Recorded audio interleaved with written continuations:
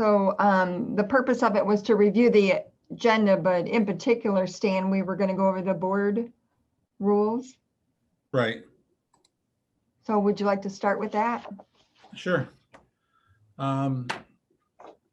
So for Debbie and Gloria and John, a little over a year and a half ago, the board at that time discussed a board policy, and staff was able to find an old policy that was probably 20, 25 years old. And so we set about trying to update it. And in October of 19, we had a work session on it. And at the subsequent meeting, we adopted at least a starting point for a board policy. And so the intent was to come back every year thereafter, review it to make sure it was still current with the times, and to add anything that we needed to add or delete anything that was appropriate. And so I found the old notes from that. And if you saw the original one I sent out that's dated October of 15, you can see it's just over a page long, about a page and a quarter. The actual document and the information we reviewed prior to that was somewhere between 7 and 8 pages long. So I just went back in and started putting together a draft of it, included some of the things that we didn't include, that we did not include initially, and then just tried to bring it up to date with some changes. The one you received on Friday is the final version of the draft after I met with the supervisor and the clerk, as they had some questions about it. And so we went through those, made changes where they were appropriate, and then tried to bring the whole thing up to date. I think probably a couple of the biggest things in it for the new trustees is that the full-time officials will meet and discuss the agenda before it goes out, so that we're always prepared and everything is in order to be discussed by the full board. So we're not having any confusion about whether an item was ready to be discussed or to be brought forward.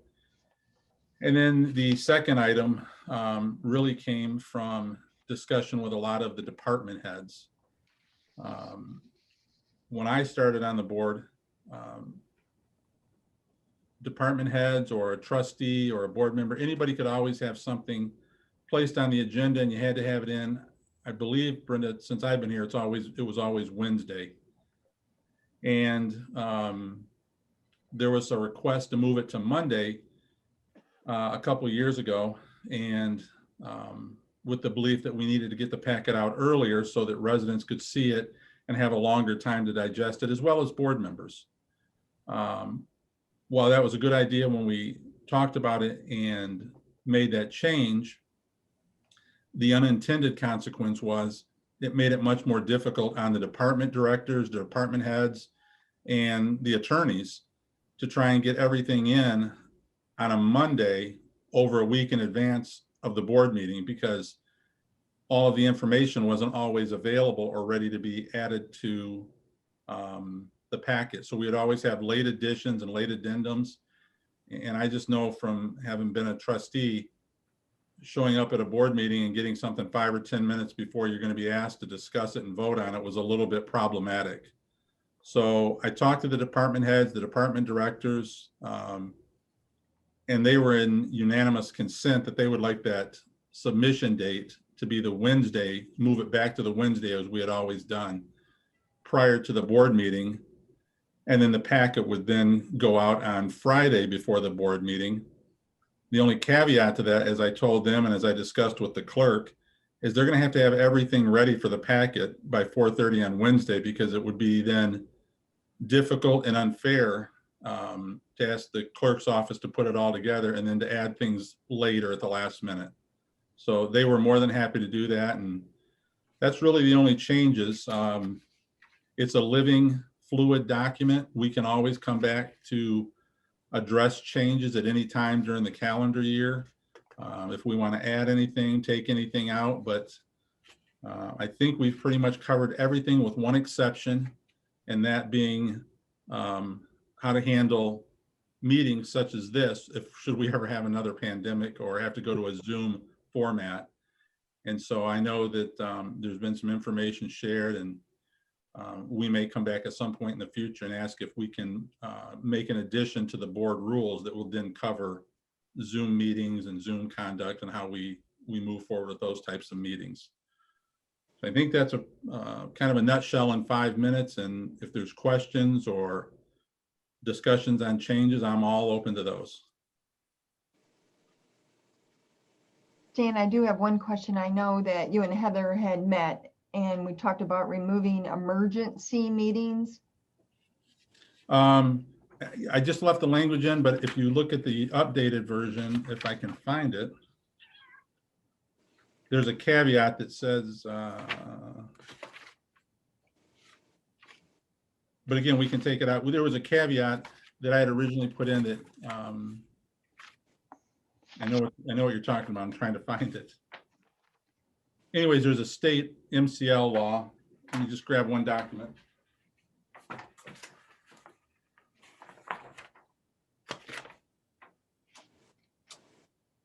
Anyways, the supervisor is the one, the supervisor is designated by Michigan's law to be the manager or coordinator during emergency times for the township.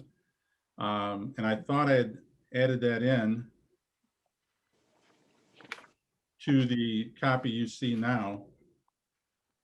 It's under 3.4. I'm sorry. It's under 3.4. It's an Emergency Act 390 of 1976 that gives the supervisor all those powers that the state has granted.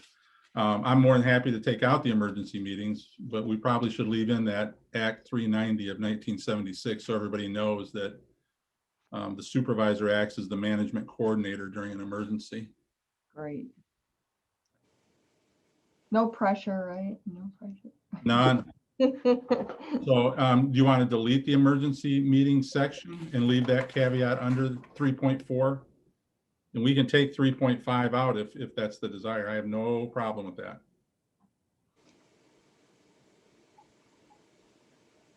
Yeah, I think special meeting to me is kind of it's not an emergency, but we only call them unless we have to.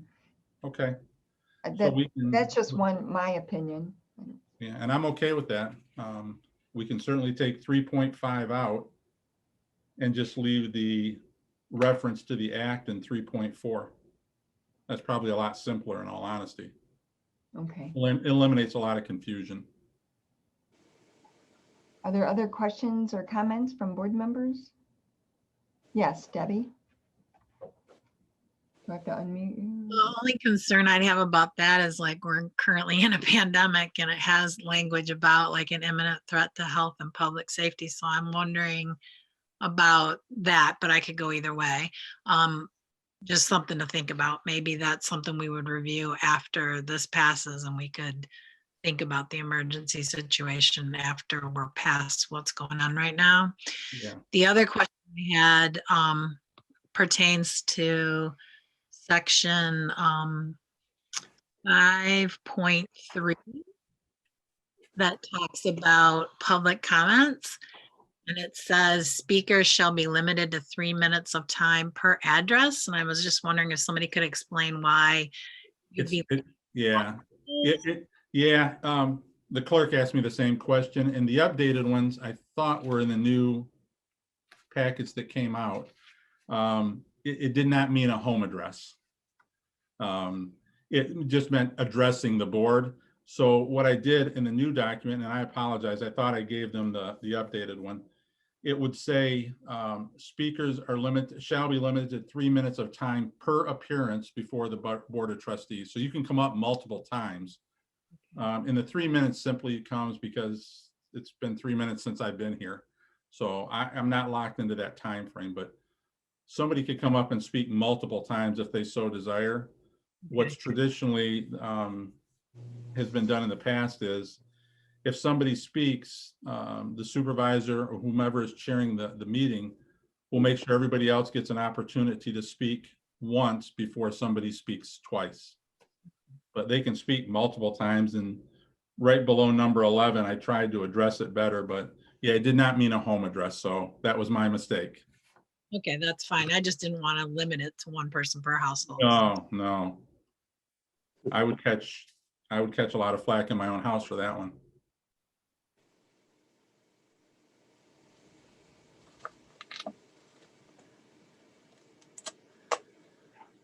Any other questions or comments? Heather? Yeah, I was just gonna add, that we did update and revise the packet. So if you look, we actually left both copies in just so you guys could see, the changes. So if you open the latest packet on page 77 is that new change to the question that you were asking about, Trustee Swanson, and page 86 is the older version of it. So the newer version of the board policy that Stan was referencing is in the most updated packet, and that is on page 77. And the only other thing I wanted to share is just more for all of us to know as a board as we continue to work together. Stan and I met and had a really good conversation about, all of the edits and everything. And we just, wanted to share with you, and I think Stan did a really good job of revising the 5.1 language and intent behind that. So the intent is never that you as a trustee or trustees can't bring something forward, because we're a team and everything that you have to share and to offer is really important to us as well. And Stan and me sat next to each other, and so we have that little history together, and just really appreciate that trustees also are able to bring anything they want to the board. It's just to make sure that all of the documentation's there, so we're not in the middle of a meeting and saying, oh man, where's that agreement or what have you, because that can just be frustrating and hinder the business that needs to be done. So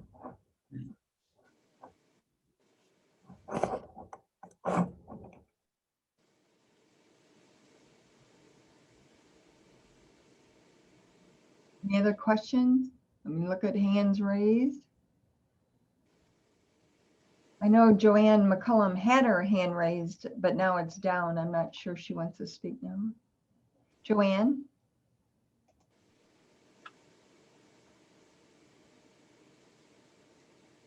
Hi, I'm sorry. I didn't know you were going to do public. I can do talk now. We're discussing this agenda item for the board rules. Oh, that's what I thought. I have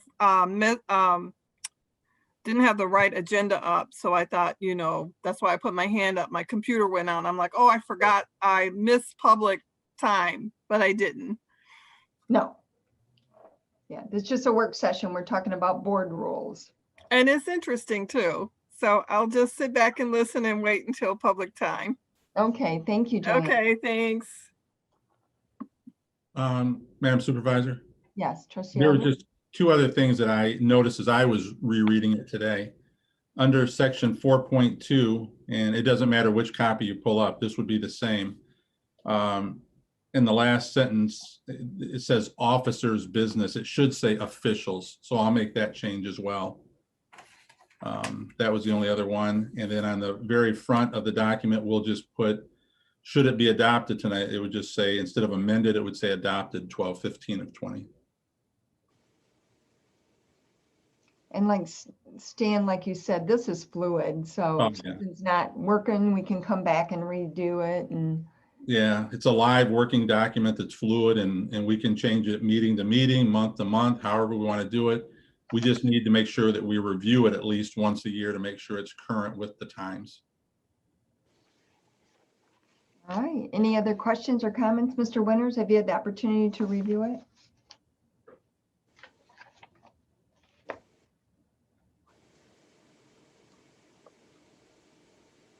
You have to unmute yourself.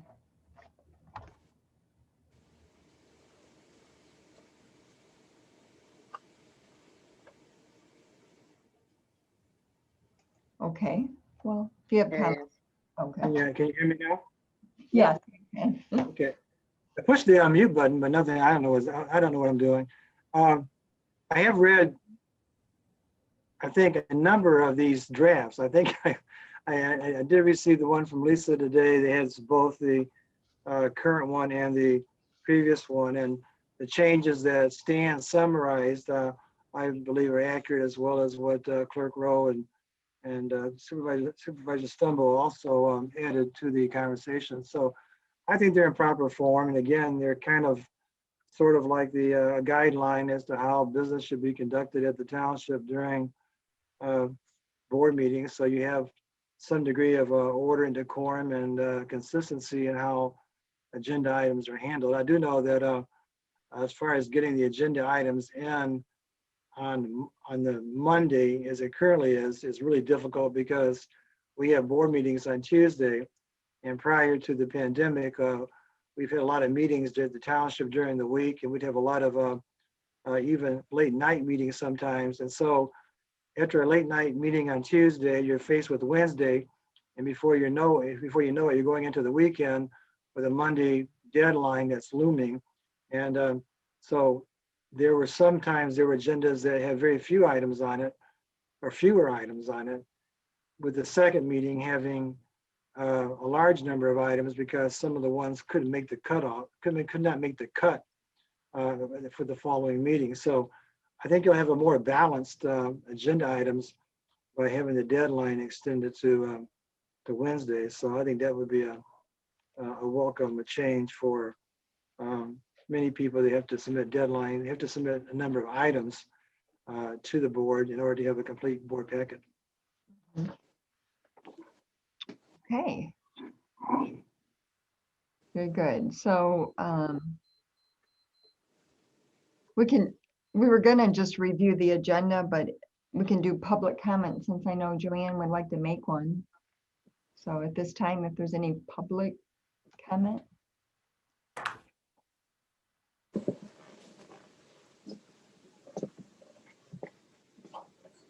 Joanne. Okay, good evening. Good evening. And congratulations to the new board. My name is Joanne McCullum. I'm president of the New West Willow Neighborhood Association, located in West Willow.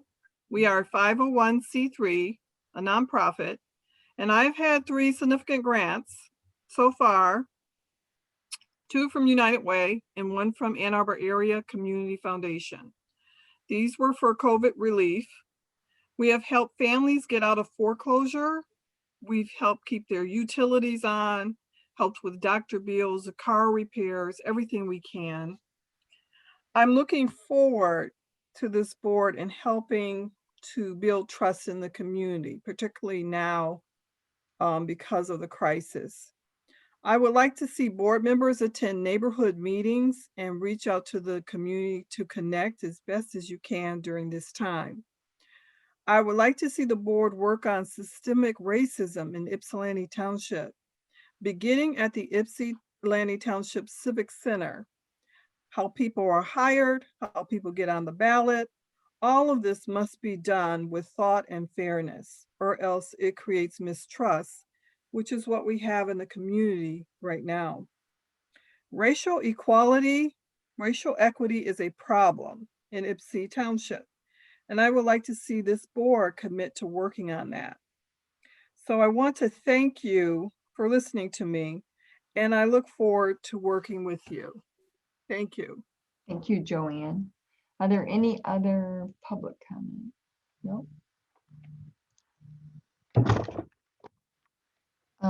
We'll go to the consent agenda. Excuse me for just one moment. I have to take this. Hello.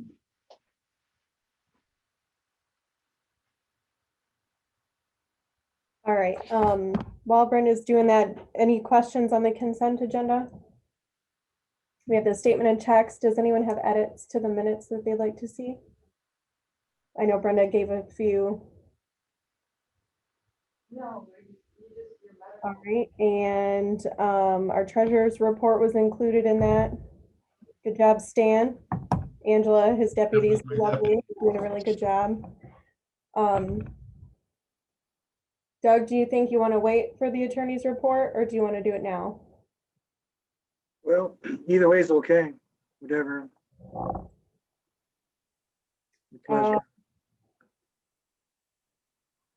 Do you guys want to hear the attorney's? Brenda's back. She gets to decide. Great. There were no questions about the consent agenda or the minutes, except for the few edits that you sent over. So we're at attorney's report.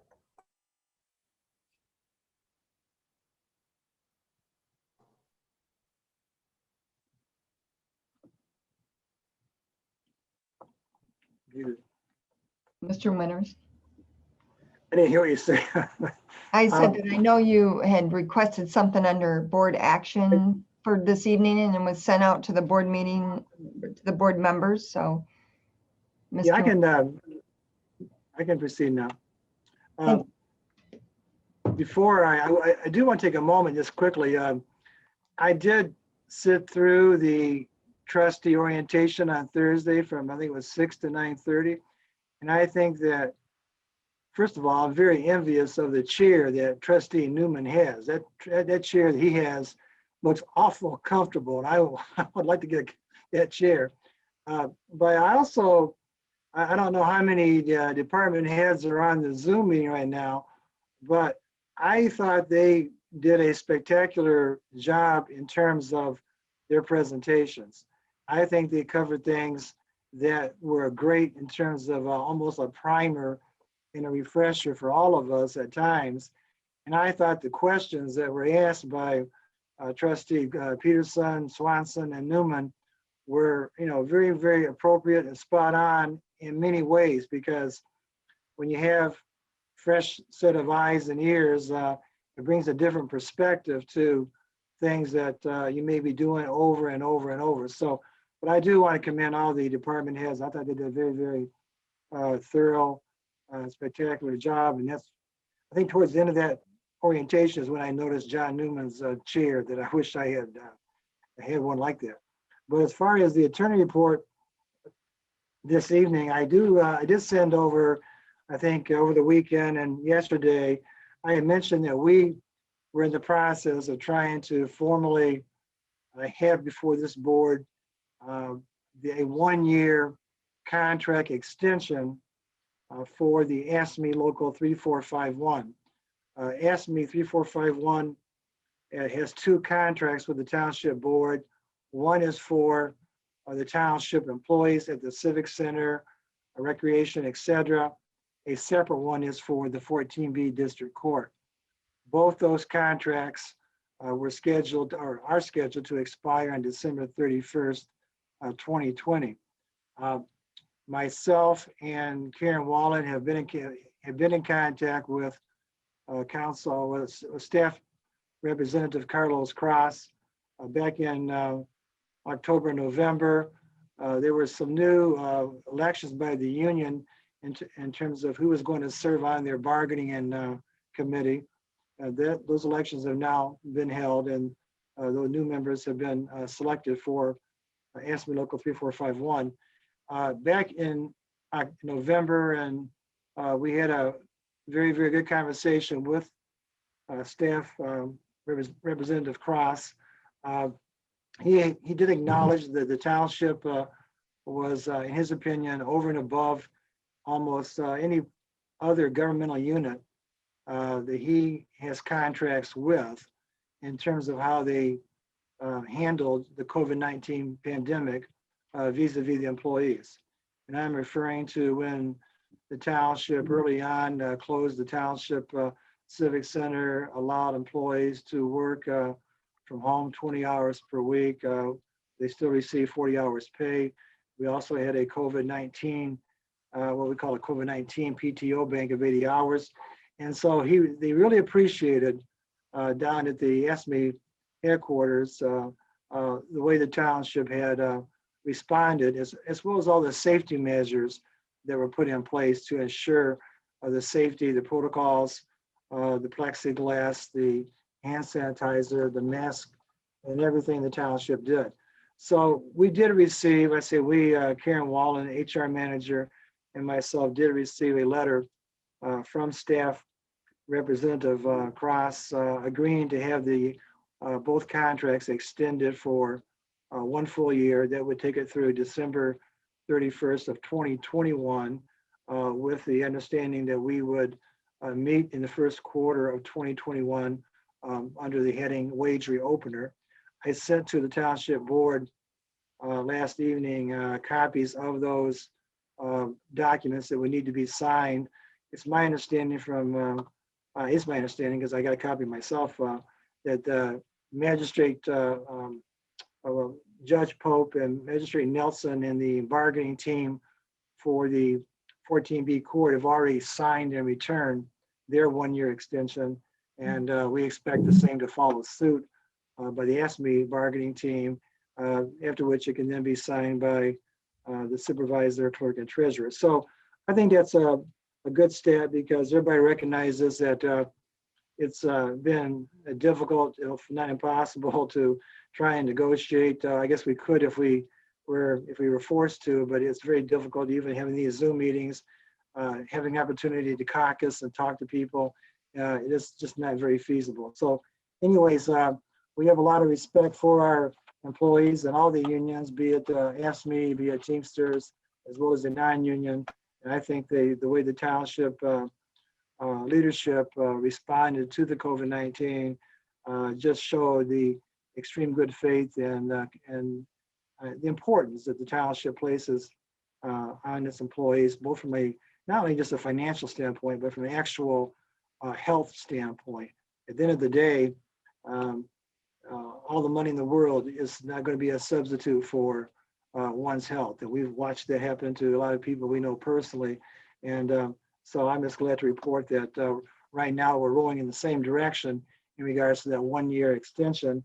And as such, I would request tonight, either in the board meeting, that you just simply authorize the township's full-time officials to execute that 1-year letter of agreement that extends the contract through December 31st of 2021.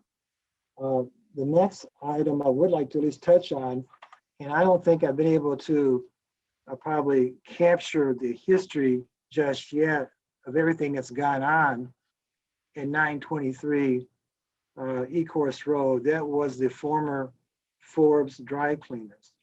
And this has been a significant environmental challenge for the township during the last 4 to 5 years. This property, unfortunately, was contaminated with the carcinogen perc from the dry cleaners. It eventually leached into some of the residential properties over on Davis Street. And when the property went up for tax sale, the township strongly objected to this property being sold because of the environmental concerns that we were aware of during the phase 1 investigation. Fortunately, the relationship that the township had with, at that time it was DEQ, now AGLE, they stepped in, they acquired the property from the county treasurer, and they then in turn deeded the property over to the Michigan Land Bank. And the state of Michigan, through AGLE and through other agencies, I'm not exaggerating, I think it's going to be close to $4 to $5 million before it's over with in terms of what has had to be expended. It's just unfathomable to me that we would have that one piece of property that could do that much financial contamination, but because of the perc in the soil, it had to be disposed of in a special licensed landfill. And as you may have also seen from some other letters, at least 2 of the houses on Davis Street, they had to evacuate during the time period there was remediation going on Davis Street. Those 2 garages were actually demolished, and they're in the process of being rebuilt. So it's gone on for quite some time. But I guess the light at the end of the tunnel right now is that we did receive this past week an invite from the Dr. Sarah Nedrich, who is the AGLE director of environmental division, and she has actually invited the township and consultants, et cetera, to participate in a virtual meeting with her office on January 6th from 1 to 2 to discuss redevelopment options for 923 Ecorse Road. Last night, I did send to her and all of you the link to the township's township had commissioned Carlisle Wortman, the planners, to do an overhaul of our master plan, which included a special plan for East Michigan Avenue and Ecorse Road. It's on the township's website. You can find that very detailed plan that focuses solely on East Michigan Avenue and Ecorse Road. And that was sent to Dr. Nedrich and her team last evening, as well as to all of you, in which we think will be a good starting point for redevelopment options. In other words, the township board, the township planning consultants put together a vision as to how they'd like to see Ecorse Road developed. I know many of you have a special place in your heart for Ecorse Road, because for many years it was a very viable and successful commercial corridor. In fact, I worked 10 years at the Cary Dairy, so I have a very fondness for that part of Ecorse Road. And so I think it's important for us to be in all the stakeholders to be at the table, be part of that conversation, because given what is still going on over there, it would at least be appropriate to actually see some of those dollars be repurposed and maybe be a starting point for the redevelopment of Ecorse Road. So that meeting is on January the 6th, but I would encourage everyone to read that document that you can download or obtain from the township's website, or talk directly to Planning Director Jason and even Carlisle Wortman. At the same time, we are going to be venturing into a different type of challenge in the new year, and that is what to do with Galt Village. This has been a challenge that's been in front of us ever since, I believe, the last 25, 30 years. And the shopping center has just deteriorated to a point now where you're down to 3 businesses. It's our belief, it's under a demolition order. It's our belief that there is an opportunity for that property to be repurposed and redeveloped. It is located in what the state has designated, the federal government, as an opportunity zone. So there are some incentives there for the right person to come along to redevelop that property. We're in court right now. We had a hearing scheduled for tomorrow, but the judge adjourned that. The Judge Schwartz is retiring. It's going to be turned over to Judge Brown. So there's going to be a hearing on January the 6th in regards to asking that the property owner be held in contempt for not following through on an agreed upon order in regards to trying to maintain this property in a safe manner, including fire suppression. However, at the end of the day, the real goal, I believe, or the real vision is going to be what should become of this property. We know that things changed many years ago when the I-94 ramps were closed off that led directly into the Grove Road from I-94, but it still has been envisioned by the township's planners to be a mixed use neighborhood stores, as well as perhaps residential condos, etc. And so that, I believe, is going to be one of the challenges for this new board going forward, is how we can deal with the problems that have been in many ways foisted upon the township because of Galt Village. And lastly, I would just say one thing. I did receive today from Mike Hoffmeister, I guess about 350 form pages of a contract for the community center flooring project. And this has to be signed off by the county CDBG analyst, Tara Cohen, to make sure that this contract is in compliance with the HUD requirements in regards to ensuring that this contractor has got has met their standards in regards and requirements in regards to ensuring. We were talking about equity in our government. We also had to have equity in these contracts. In Section 3, we make sure that the minority community is represented in these contracts. And so that is something the county has to also fly spec and review, at which time we will also review it for the compliance with our standards. And we're confident that this third time is a charm for this project, and that it will begin with the new flooring come mid-January. So those are just some of the highlights and things that I would just touch on right now. I know this is the last board meeting of the year, and we haven't had a chance to really have a lot of good conversations, but I do truly wish that all of you have a safe and healthy holiday season, and keep yourself and your family safe. And I look forward to seeing everybody, hopefully face to face sometime in the new year. Thank you, Doug. Are there questions or comments? Heather? Yeah, if it's the will of the board tonight to move on those AFSCME contracts, I just quickly typed up language, Doug, for the motion, and I just wanted to read it out loud to see if you have suggestions. But it's authorization to execute the letters of agreement for contract extension between the Charter Township of Ypsilanti and the 14B District Court AFSCME Local 3451 that runs through December 31st, 2021, and to execute the letter of agreement for the contract extension between the Charter Township of Ypsilanti and AFSCME Local 3451. I think it sounds good.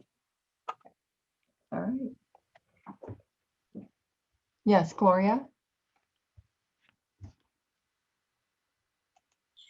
I'm sorry. I don't know, Heather, I don't know if I missed it, but did you put in there about the wage reopening? Is it what you just read, the resolution? Because I think you guys said that you would come back within a year and you will have a wage reopening in January. So did you put that in the resolution that you're going to present?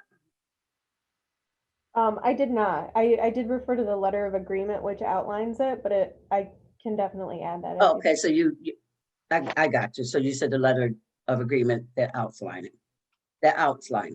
Yeah. What You they guys- said. okay. Okay, I'm fine with that. Thank you. Question. Any other questions or comments? Okay, we can do this under other business, if that would be okay. Board members, if everyone agrees, we can add it. Okay, I just had a question about Galt Village, and I guess I have to do more research, but that sounds like an interesting proposal to try and investigate it and see what can be done. I was just wondering, is the property around there that contaminated, or does that have any environmental issue? We're not sure if it does or doesn't. I do know that one time Nathan Vogt, who is the director of the Washtenaw County Brownfield Redevelopment Authority, came up with a plan where he offered to partner with the property owner to do a phase 1 study for environmental issues over there. We have some concerns because many of you may recall many years ago, there was a Kmart automotive store over there that did a lot of oil changes and mechanical work. And we also have another dry cleaners over there right now that's been there for years. I'm not saying that there's contamination, we just don't know. That's why we do want to see about the public-private partnership that could be enhanced by working with the County Brownfield Redevelopment, AGLE, as well as perhaps even the Michigan Land Bank, because what has happened at Ecorse Road with Forbes Cleaners may be somewhat transferable, maybe, to some of the things we may encounter over there at Galt Village. I do think right now there's been a tremendous drain on the township staff, resources. I know that Stan and Brenda and Heather have all heard about Galt Village during the time they've been on the township board. And I do know that right now the residents continue to remind us of the things that have gone on over there. We put up gates to try and reduce the amount of illegal dumping going on behind the store. I drove over there today, and you will notice that there's a real nice buffer fence and brick support that we did pay for by having the some of the money, some of the rent money put into a receivership that was used for that purpose. But it's a very, very old, very, very tired shopping center from the 1960s. And the way it's laid out today, you've seen some of the best shopping malls in this country go bankrupt during this pandemic. And so there's a potential reuse for that, but we will have to do our due diligence. If it does buy it, the township, I think, can open some doors for conversations to make sure that they get the environmental studies performed, because we owe it to that neighborhood. That's a very, very strong neighborhood. In fact, years ago, I think when Farmer Jack's may have been there, that may have been one of the #1 grocery stores in the Farmer Jack chain at the time, was over there in the Galt Village Shopping Center. So there's a lot of things going on in Galt Village that probably would time would not allow to go on tonight, but I would encourage Trustee Newman to get, I saw Michael Radzick's name up here on the screen, between him and supervisor and other leadership people, and law partner Dennis McLean. There's a lot of history here that to delve into that I think it would be a good opportunity, and really could be something that could even help both the township and the city of Ypsilanti, given its proximity to Grove Road and Emmerich Street and some other common areas that we share with the city, that it would serve both municipalities well to have a vibrant, thriving Galt Village, whether it's going to be condominiums, townhomes, mixed use, retail, farmers market. There's any number of things that have been suggested for that property, many of which I think would work. It's just a question of trying to get it together, and this has been a very disappointing year in that regard. Thank you. All right. I don't see Mike's hands raised, Doug. Unless it's literal. Anyways, good question, good comments. Galt Village has been an issue for a long, long time, and we keep hoping we get a cooperative owner, and it just doesn't seem to work. And this last person promised a bunch of things and didn't do it. So we've been in court and trying to fight.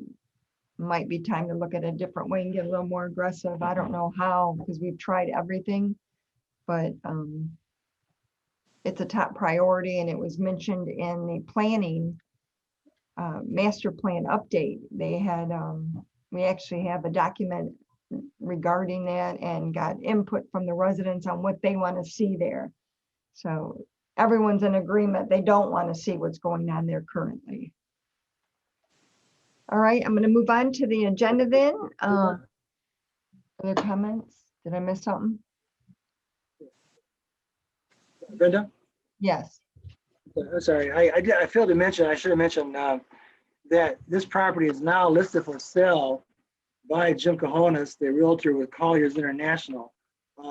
He's probably the most well-known commercial realtor in Washtenaw County, and one of the ones that's got a reputation that has probably been around for 40 years. So Okay. Colliers International has it listed now for a redevelopment opportunity. And as we discussed on the phone today with our law partner, Dennis McLean, if there's one person that he's dealt with very troubled properties in the past, especially in the Ann Arbor area, has been Jim Cajonas. And we thought maybe we could sit down with him and being the broker and see if we can find an opportunity to bring some of the public-private resources to bear, because I think he may have been also the one that was involved in the Georgetown redevelopment on Packer Road. That it took a while, but again, that we had a lot of environmental issues there as well. So we do think right now, at least from a broker standpoint, that he's the best person around for us to try and work with to see something positively happen. Okay, thank you. Under new business, well, we went through the consent agenda. Under new business, we have a request to approve the change order #1 for the construction of the Grove Road pathway, the amount of $9,110.20, And it's budget and line item, it's 212-970-000-997-007. Mike, are you Hoffmeister on? I am. Are there any questions for Michael on this or? No?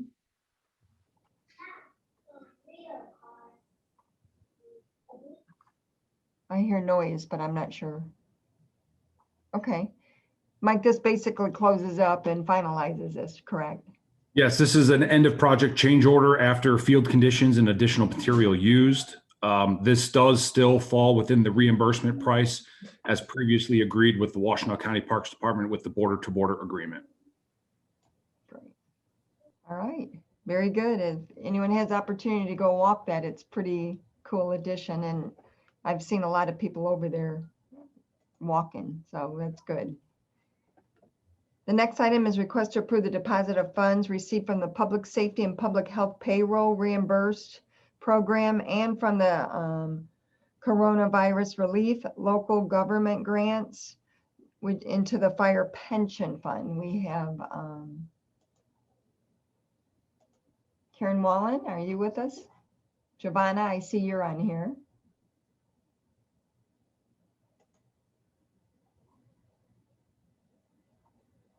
Joe?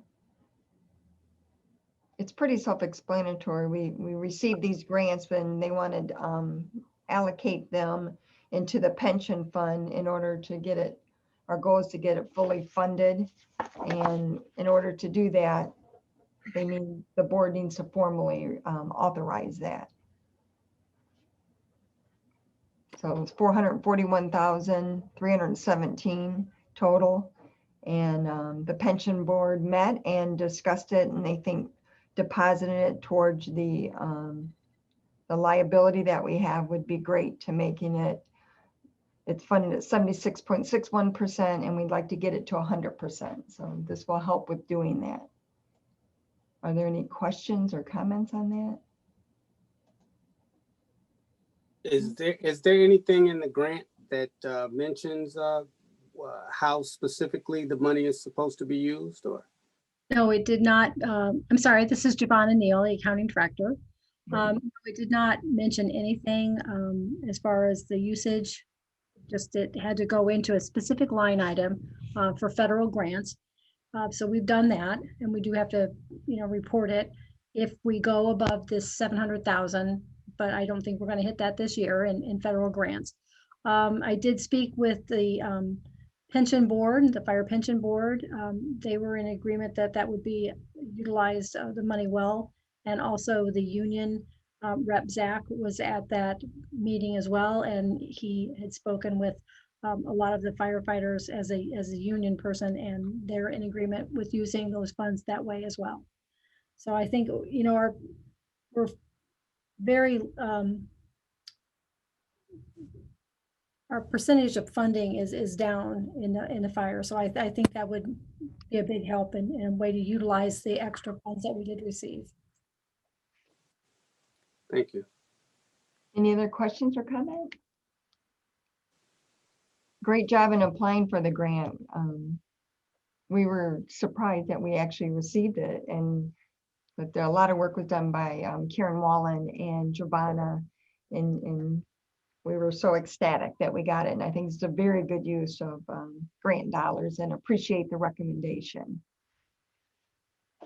The next item on the agenda is the approve the agreement between DTE and the township for 2 136 watt LED overhead street lights at the intersection of Wendell and East Clark.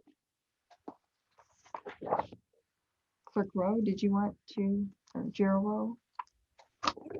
I'd love to talk about this. So it kind of was twofold. It came up, a resident actually reached out to Brenda, and Brenda forwarded it to Stan and myself, and we touched base with her, and I touched base with DTE, and like simultaneously, Mike had also sent an email the next morning reporting an accident that happened at the intersection. So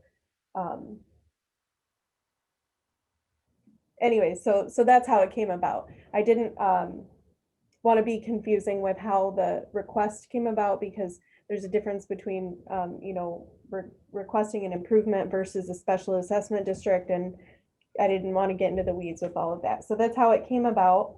The one light is currently hangs over Wendell is a 65 watt light, and we're going to improve that to 136 watt LED, and it's also going to have a larger arm, so it goes further into the roadway. And then on that same standing pole, there's going to be an additional arm put out over Clark, just to better illuminate that roadway as well. So if you have any questions about that, I know Mike is here too and has had, more communications with our police department about the accident that occurred there. Are there any questions? No hands raised. Okay. All right. Thank you, Heather. The next item on the agenda is just these are just standard thing. We discussed the township board policy already, but the approval of the contracts and renewals. Are there any questions on that? Board members? We do these every year. Designation of depository for our dollars the township collects. And then we have Robert's Rules of Order, designation of newspaper of circulation, board meeting dates. Are there any questions? Heather? I just wanted to point out that earlier, Deputy Stanfield found a mistake on the board meeting schedule. The date should say January 19th, and the board packet was updated. I just wanted to make sure that you all have the correct date. Is that what all of yours reads? January 19th? Okay. I didn't double check them, so.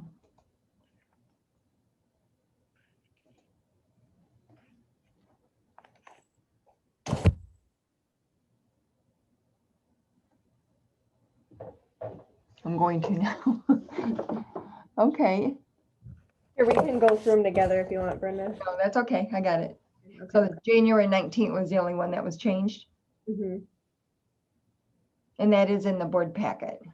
Correct. Madam Chair. Yes. I Trustee- said, I'm sorry. I just had a quick question on our June, July, August, September. I know we traditionally meet once. Those board rules that we just are discussed and may adopt mentions 2 meetings every month. And I know we used to list 2, Mhm. just so board members and the public would know that if something came up, we had that date available. You want to add those just in case we need anything to be consistent with the board rules, or do we want to change the board rule to say only 1 meeting on those months? It actually says on the resolution stand, or it's asterisk at least. It says board members should plan to reserve the first Tuesday of June, July, August, and September in case of a special meeting need. Okay. Okay, Heather? Gloria? Yeah. I have the first meeting Tuesday, January the 18th. Is that correct? And you just said the 19th? The Change it. updated packet was changed earlier this afternoon to January 19th. Okay, maybe I don't have the revised version I printed out. Okay, thank you. Do I know, like, if you downloaded the packet onto your computer and then I did. later you try to open it again, your computer sometimes thinks it's the one you already downloaded. I've had Okay. times. Sorry about that. Yeah, that's kind of, and my printer started working some on the other laptop. That's why I couldn't find the agreement with Ask Me either. So thank you. You're welcome. I do know we're going to have a special election this year, so we will, for the renewal of our millages, which I thank John Newman for agreeing to help chair that. So all our millages expire and we'll have to call a special meeting. So I do know, looking at the schedule, we may have to have a special meeting. which would be the first Tuesday of June, July, or August. Is that what I hear Heather saying? Or September, instead of listing them? Yeah, it might be easier to list them. It might be clearer, but for me, it would be.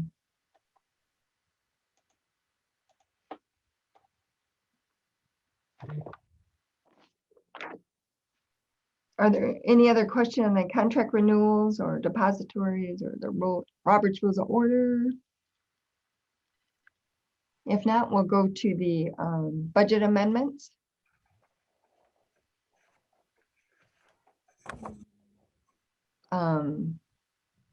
This is a large, some very large budget amendments for, one is for 14B Court and the other is for the Recreation Department, both of them who have been heavily affected by, COVID and some of the things that are going on. So thank God that we're fiscally conservative and we have a fund balance that can absorb, these, if they don't happen very often. And we do believe that once the COVID's over, things are going to get back to normal more. We can have recreation programs, which everyone desperately wants and we all need. And then 14B Court can start operating again in public and processing things normally the way we used to. So it's just a lot of changes, but this is the largest change that I've seen for a budget amendment, perhaps in my career. So there's other small ones on there that we do every year. And we do these budget amendments, but we wait till, once we do the close of books on 12/31, a lot of times we don't have to do all the budget amendments that have been requested because there's been expenditures not been utilized throughout the year. So we kind of ask for the worst case scenario for the court and for the Recreation Department. Giovanna, does that pretty much sum it up?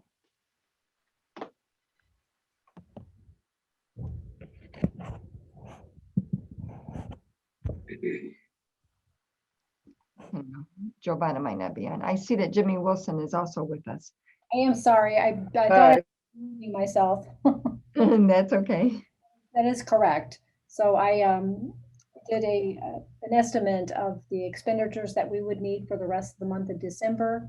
Most of that is wages, but there are some things that were budgeted that we may have to pay in 2020 if it does occur in 2020.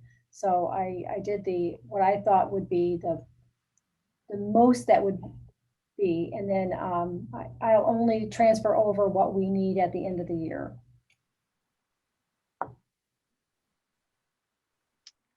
Are there any questions on the budget amendments?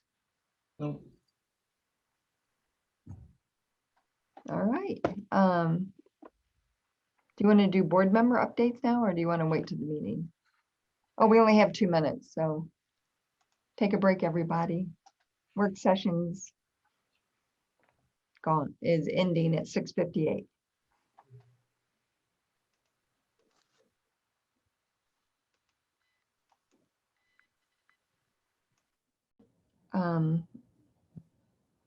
At this time, if there's public comments, if you would give your name. And if you don't mind saying if you're a township resident or not, we'd appreciate it. Are there any public comments?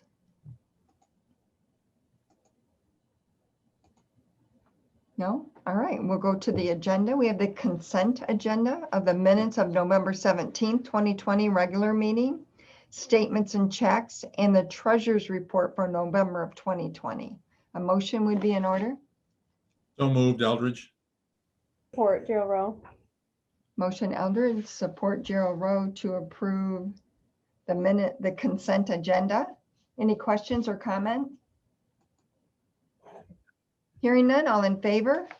Aye. Aye. Opposed? Motion carries unanimously. I should have stated that all board members are present. The next agenda item is a request authorization to approve change order number 1 for the construction of the Grove Road pathway in the amount of $9,110.20 as budgeted in line item 212-970-000-997-007. So moved, Gerald Rowe. Motion Gerald Rowe, Support Swanson. support Swanson to approve the change order. Questions or comments? Hearing none, great job, Mike Hoffmeister, in bringing this to conclusion, and OHM was our engineers on it, and we partnered with the Washtenaw County Parks and Recreation, and it was a very successful pathway. So we have a motion support. All in favor? Aye. Aye. Opposed? Motion carries. Number 2 is a request to approve the deposit of funds received from the Public Safety and Public Health Payroll Reimbursement Program and from the Coronavirus Relief Local Government Grants Program into the Fire Pension Fund.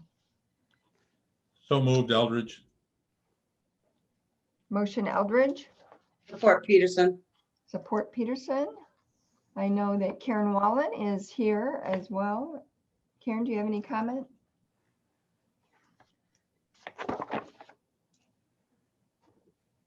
She might be muted. Yes, first let me say I am so sorry. I feel absolutely terrible. I did not realize that there was a work session, so I am That's so okay. sorry.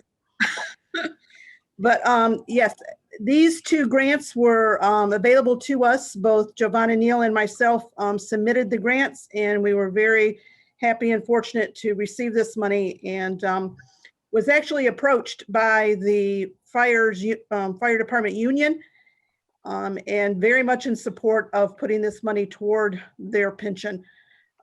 So I think that's a good thing. Okay, thank you, and great job, Karen. You missed in the work session. Great job to you and Giovanna for working hard on this and receiving it, and depositing $441,317 into our pension account for our firefighters, trying to bring us closer to being 100% funded. So it's a true blessing, and we appreciate very much what you guys have done.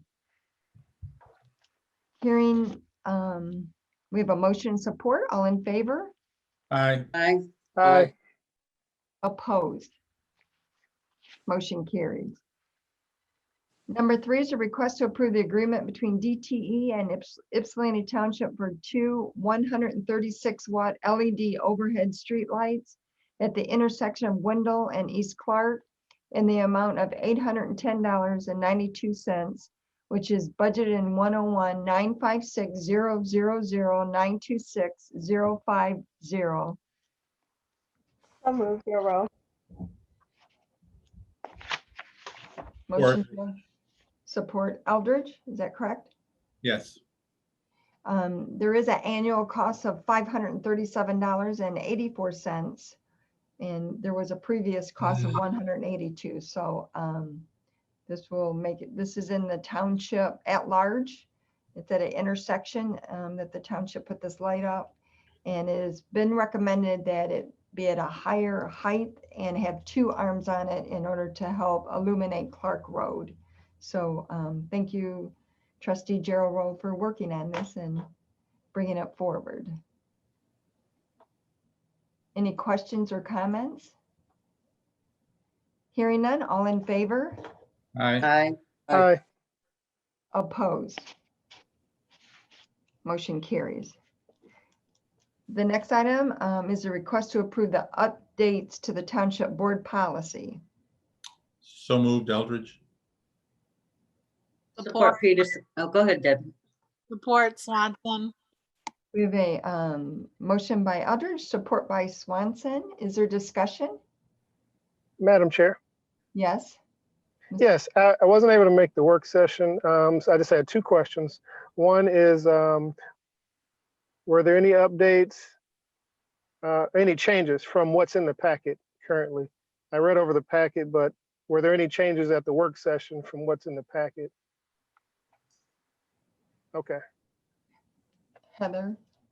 Madam Chair, thank you. I just wanted to say, Jimmy, I don't know when you downloaded your packet, but Stan's revised version is in there as well. So you'll see 2 copies in there. Mhm. And so the only changes we made in the work session was that instead of amended on the first page, it'll say adopted. I think we all said in the work session, Stan, correct me if I'm wrong, but that 2.5, we're gonna get rid of that. Correct. 2.5 emergency meetings will remove, and I believe it was 4.2 will change the word official, I'm sorry, officer to official.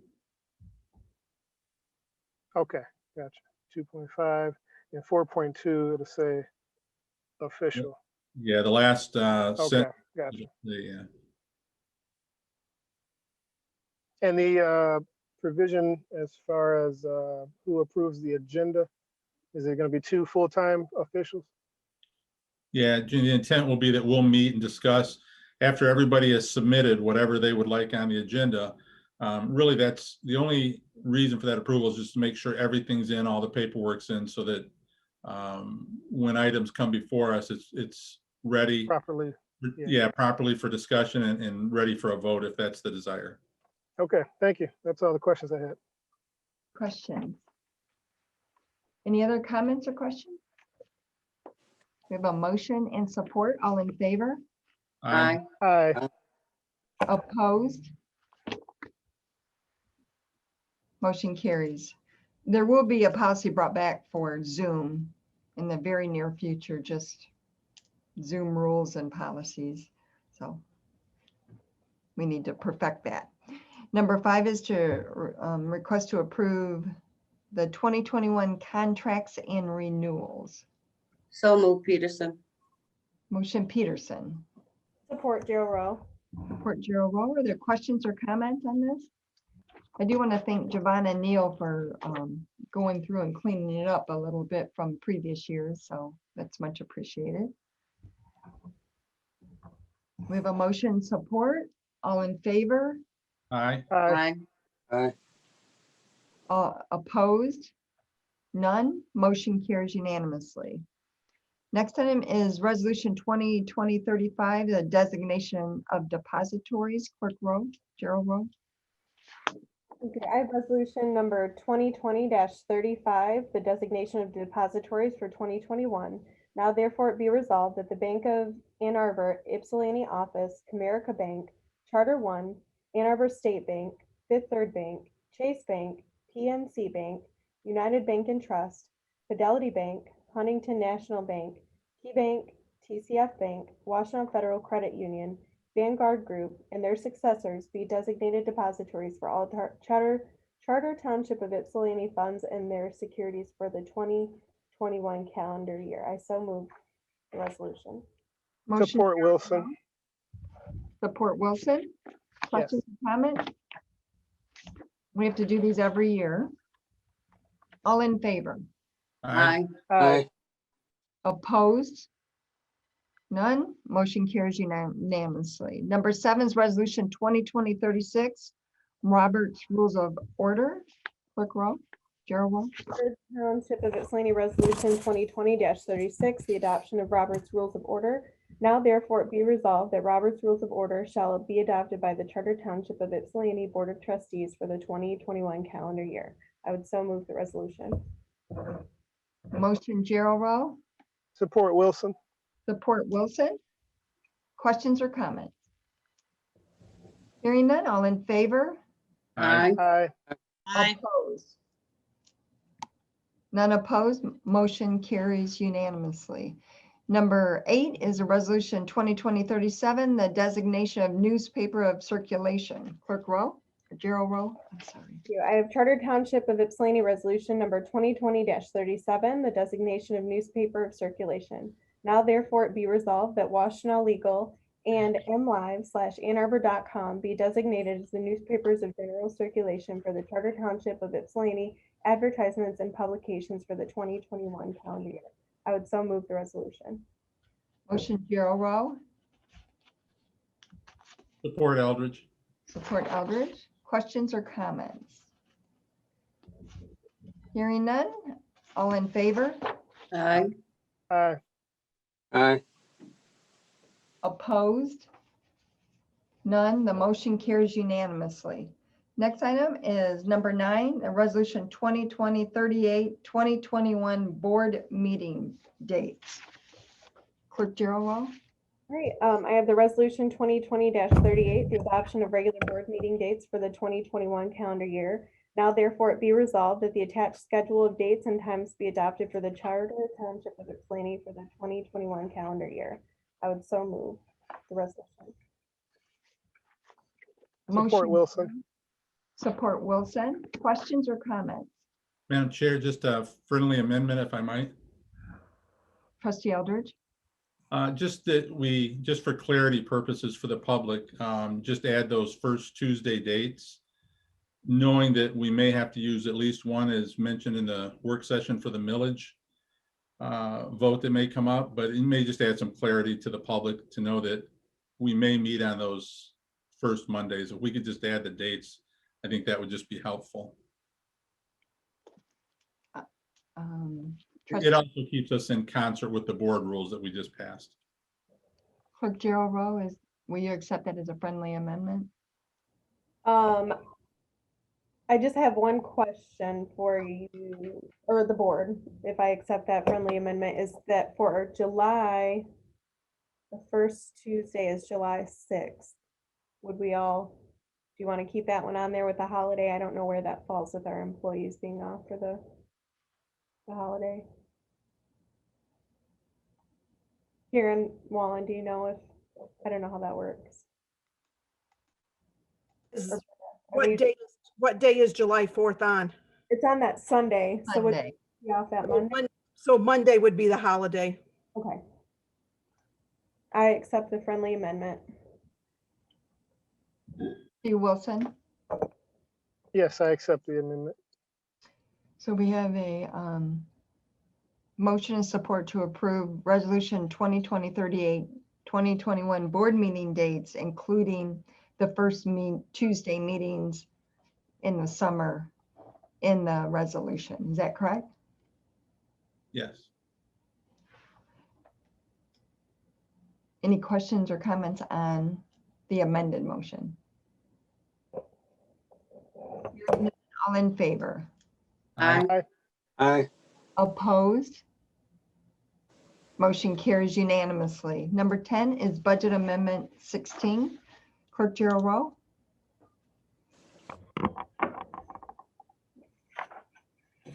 Sorry. All right, I have a motion to amend the 2020 budget. This is our 16th budget amendment of the year. I would move to increase the general fund budget by $539,507 to $10,951,656 and approve the department line items as outlined. Supervisor Stumbo discussed these are for PTO, retirement, legal funds, recreation department, and so on. Lots of COVID hit things there. Move to increase the BSNR 2 fund by budget by $11,869 to $2,583,156 and approve the line items as outlined. This is our Grove Road pathway that we discussed earlier. And move to increase the 14B District Court fund budget by $67,235 to $1,850,051 and approve line items changes outlined. The next is to move to increase the building department fund budget by $676 to $906,031 and approve the department line item changes as outlined. And finally, move to increase the law enforcement fund budget by $1,690 to $8,124,523 and approve the department line items changes outlined. I would so move the budget amendment. Motion Carol Rowe, Support Eldridge. support Eldridge. Are there questions or comments? Hearing none, all in favor? Aye. Aye. Aye. Opposed? Hearing none, motion carries unanimously. For board member updates, does anyone have anything they would like to update the board on? Oh. Madam Chair, we have one thing for other business. Oh, that's right. It wasn't on the agenda. Yeah, it's the AFSCME. No, but other business isn't on the agenda. I'm sorry. Right. My update is that Deputy Stanfield let me make the packet, and my apologies for all my time. No. So, as discussed under attorney's report and agreed to add under other business, Clerk Gerald Rowe has a motion to offer. I would like to move a motion to authorize to execute the letter of agreement for contract extension between the Charter Township of Ypsilanti and the 14B District Court AFSCME Local 3451 that runs through December 31st of 2021, and to execute the letter of agreement for contract extensions between the Charter Township of Ypsilanti and AFSCME Local 3451 that also runs through December 31st of 2021. I would so move. Support. Motion Gerald Rowe, support Trustee Peterson. Discussion, we had a brief discussion on adding this to agenda, and 14B Court has already signed the extension, and we'll take it to the AFSCME, and this will authorize the 3 full-time officials to sign it to extend the contract for 1 year. All in favor? Aye. Aye. Aye. Oh, wait, I have a question. Heather's your hand raised? That's okay. Okay. Pardon me, I'm sorry. All in favor? Aye. Aye. Opposed? Motion carries unanimously. Then board member updates. Do we have any board member updates? Madam Chair, Yes. I just Trustee, want to tell everyone to have a safe holiday season and enjoy your families at a distance, and or over the phone, Zoom, whatever you do, but just enjoy the holidays, and we'll be out of 2020 very soon. Right. thank you. Thank you. Any other comments? I would like to say that I received an email on December 11th from Tony, who's a president and CEO of the YMCA, and she said that Washtenaw County approved the additional $45,000 grant today to pay for the feasibility study for the new YMCA branch in Ypsilanti Township. So this is resuming this work in 2021. Will give the Y in our community something positive to focus on in the new year. I'm so grateful that we have such outstanding collaborative leaders supporting our initiative in both the county and in Ypsilanti Township government. So it's a good way to end our last board meeting, and I appreciate everyone who continues to push for the YMCA to be located in Ypsilanti Township, and so the whole area can benefit from it. And that's my #1 goal, and I'm going to keep pushing, and I appreciate everyone else that does that. But that's really good news to receive an email from the director of the YMCA. I also, we have a new employee that started, Belinda Kingsley. She is the planning assistant. She replaced Charlotte Wilson. So she started Monday. She comes from Pittsville Township, previously worked in Saline, and she's been busy every day since she's been here already. So hopefully we can all meet each other at some point. We've also, through the Neighborhood Watch Liaison and other staff members, distributed thousands of masks in our community. Ford Motor Company delivered them to the township for distribution. We've done drive-throughs, Neighborhood Watch meeting places, as well as churches, and we continue to distribute the masks. And I wish nothing but great health for all of our employees and all of our residents and all of our board members. Been a trying year.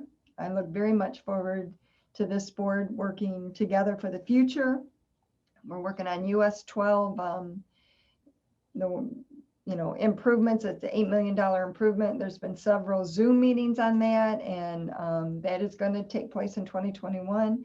Several meetings with Huron Street bike path and over the bridge. 20 years we've been waiting for that, and Mayor Lois Richardson and her staff, it's really nice to be working cooperatively towards that connection with the city and the township for our community to have a safe passage back and forth. So thanks Stan Eldridge for helping with that one, and Mike Radzik, who's helping with the other ones, and Mike Hoffmeister, and just it's very blessed and thankful for each and every one of you guys. And I look forward to the new year. Let's do it, right? All right, with that, a motion to adjourn would be in order. So moved. Motion Jimmy Wilson, Support. support Eldridge at 7:24. All in favor? Hi, The meeting is adjourned. happy Merry- holidays. Happy holidays and Happy New Year, y'all. Yes. Same to you. Same to Alright. everybody.